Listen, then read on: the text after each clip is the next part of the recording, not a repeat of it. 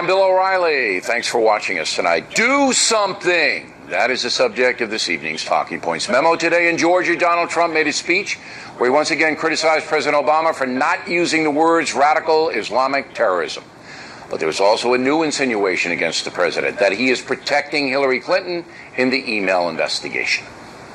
She'll basically do whatever Obama wants her to do. You understand why? Because that whole thing is just ridiculous what's going on there. That's just ridiculous. How that can happen in our country today is absolutely one of the great insults to law enforcement. And let's see what happens. But she's being totally protected. I think if something was going to happen on the crimes that have been committed, I would have assumed it would have happened already, don't you think? Now, whatever else is said about Donald Trump, he is the most provocative presidential candidate perhaps in American history. There is no question that President Obama not winning the hearts and minds on the terror front. That's because his methodical approach to neutralizing ISIS has not worked, as we pointed out last night. The savages may be losing individual fights, but their jihad is alive and well. And after watching 49 innocent Americans murdered in Orlando, most of us want action. Do something.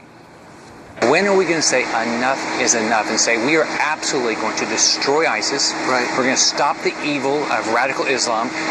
We've got to, at some point, say, when, is 49 enough?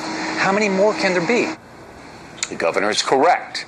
But if President Obama and, by extension, Hillary Clinton continue to hold power, there will not be drastic action taken by the USA against ISIS or anybody else. It's just the way it is. Donald Trump has capitalized on that. His two big issues are the economy and terrorism. He says the USA must ban Muslims, at least in the short term, from coming to America if they live in areas that have terrorism. Talking Points does not believe that kind of ban would make us safer. We need the Jordanians. We need the Gulf states. We need Morocco to help us fight the savages, especially in the intelligence area. However, as I told Mr. Trump earlier this week, every refugee seeking asylum in this country has to be vetted extensively. No one from a terror area can just take up residence here without ICE knowing exactly what they've done in their lives. By the way, even with extensive vetting, doesn't mean terrorists will not get in. They will, they have, they're here. And in European countries, some of the refugees have already committed terrorist acts. So this is one big mess. And there are no easy solutions, as everybody knows. But with President Obama hesitating to use the words radical Islamic terrorism, the perception in some quarters is he's not as tough as he could be on the jihad. And that gives a big advantage to Donald Trump and his quest to become president. And that's a memo. Now for top story reaction.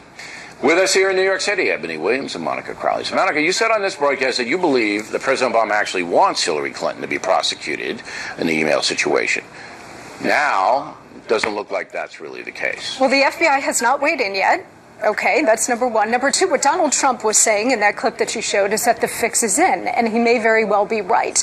I have always said on this program and elsewhere about this whole investigation is that what I believe we were witnessing is a negotiation between the president and Mrs. Clinton, and what I may have done is underestimated the leverage that she has on him.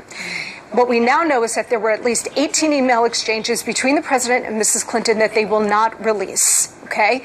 We assume that those emails were not involving her yoga schedule, highly sensitive material going back and forth between the president and the Secretary of State. What we also know is that the president knowingly sent or received that highly sensitive information when he knew it was going through an unsecure, non-government email system. How do you know he knew that? Because we have the admissions. We now know that this is Andy McCarthy has written on this, and he knowingly sent it because her private email right up to there, I was following you.